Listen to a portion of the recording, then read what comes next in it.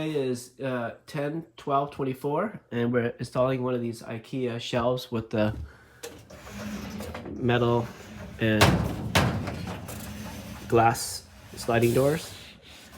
So the model that we're gonna do is, it's called IDASEN. It's ADASEN, and then it's 16778. You can download the manual, and you can also get free materials off of IKEA.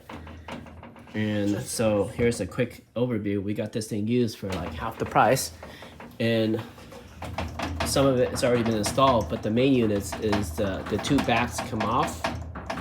Well, the two glasses come out, particularly the one that's closer to you comes out first, and the second one is inside comes out.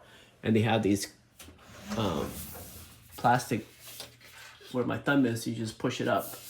And the wheels, they travel on the smaller track here. So let's go ahead and backtrack to get this out. This glass comes out, this inner glass comes out, and it comes out this way, and it slides up. After that, you take out your shelf, and the bottom shelf. Finally, the two pieces in the back, they come out. And particularly, this one is gonna go in first, this one comes out. So basically, this one will come out first, and then this one will come out. This will be the last piece.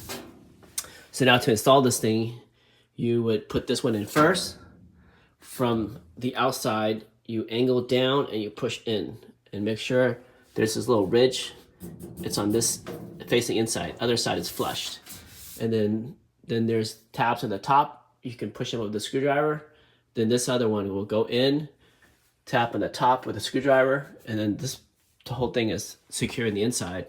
And then finally, you put, the next thing is the very bottom piece goes in, and make sure the hole goes under there.